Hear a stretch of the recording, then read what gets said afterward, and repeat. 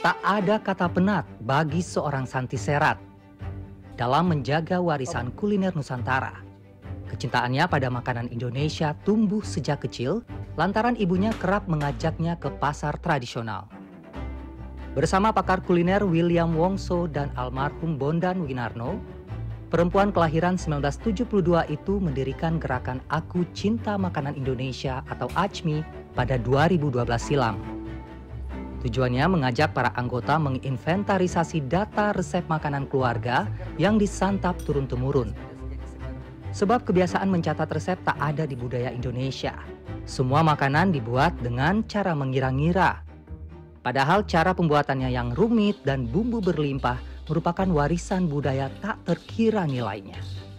Indonesia sebagai negara megadiversitas yang memiliki keanekaragaman hayati terkaya nomor 2 di dunia setelah Brazil. Hal ini menjadikan tekadnya semakin kuat dalam mendorong kuliner Indonesia memperoleh kedikdayaan. Lewat guratan Leave It to Tea yang ia tulis 2015 lalu, buku itu berhasil meraih penghargaan di tingkat internasional. Dan dapat penghargaan ini ya? Ini dapat penghargaan, namanya Gourmet Cookbook Award. Wih, di 2 kategori. No wonder karena kalau udah nulis tentang Indonesia, siapa yang bisa lawan sih? Leave It to Tea mengajak pembacanya mengenal budaya teh dan herbal di berbagai daerah di Indonesia. Buku itu hadir sebagai jawaban kegelisahannya akan hantaman kuliner dari negara-negara lain yang justru mendapat tempat di negeri sendiri. Biasanya seorang yang memiliki kecintaan lebih terhadap kuliner Indonesia mungkin ada kegelisahan melihat sekarang kok kayaknya dulu sempat ada momen-momen tergerus ya kita dengan maksudnya makanan-makanan dari luar ya kan, Western, Japanese yang mungkin bisa dibilang Korea gitu ya sekarang. Iya, orang anak-anak sekarang kan kalau nggak makan kimchi kayaknya nggak keren gitu ya nggak sih, padahal kita punya loh gitu ya nggak sih. Kegelisahan itukah yang ingin di chef luapkan untuk pada akhirnya Indonesia tuh sebenarnya itulah makanan Indonesia kita. tuh keren banget, bahan pangan lokal itu sangat keren banget dan itu harus selalu digaungkan, harus selalu mengajak teman-teman.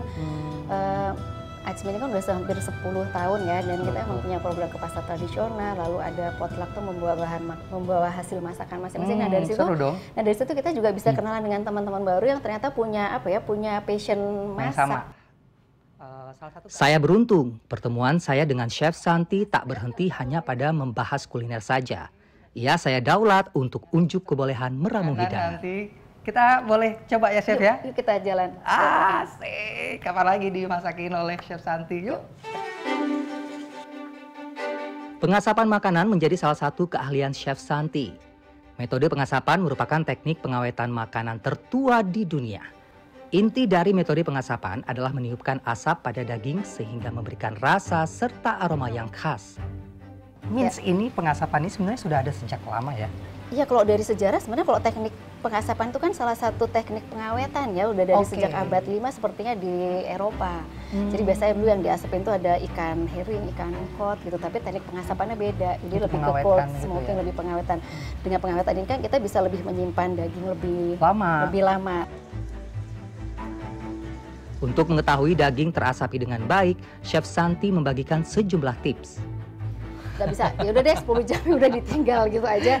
Tapi kita lihat dulu, dibuka, lalu kita bisa dicek lagi kadar airnya gimana, sudah matang belum dalamnya. Cuma karena kan ini karena brisket dia butuh waktu lama ya kan, bisa dilihat lagi apakah dia udah mateng. Jadi nggak bisa asal ditinggal aja gitu. 10 jam ya udah dicuekin, kita ngapa-ngapain, tapi ntar berapa jam kemudian kita mesti harus dicek lagi.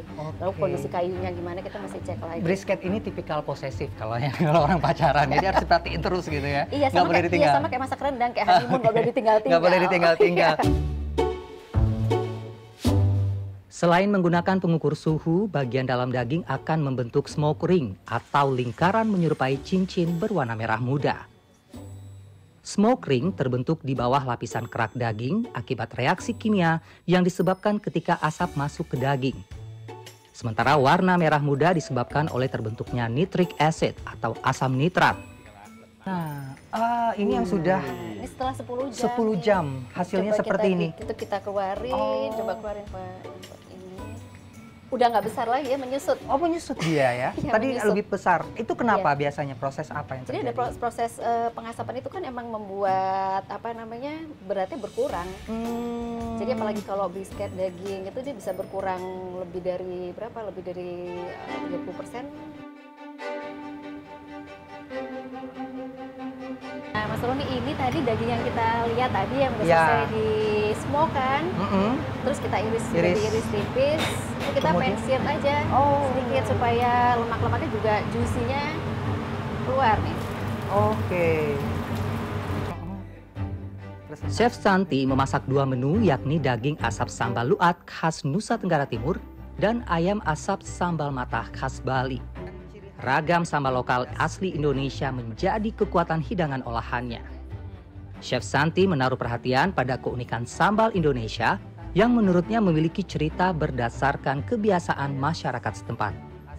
Hidangan dilengkapi rumpu rampe, yakni tumis daun singkong bunga pepaya yang juga berasal dari NTT.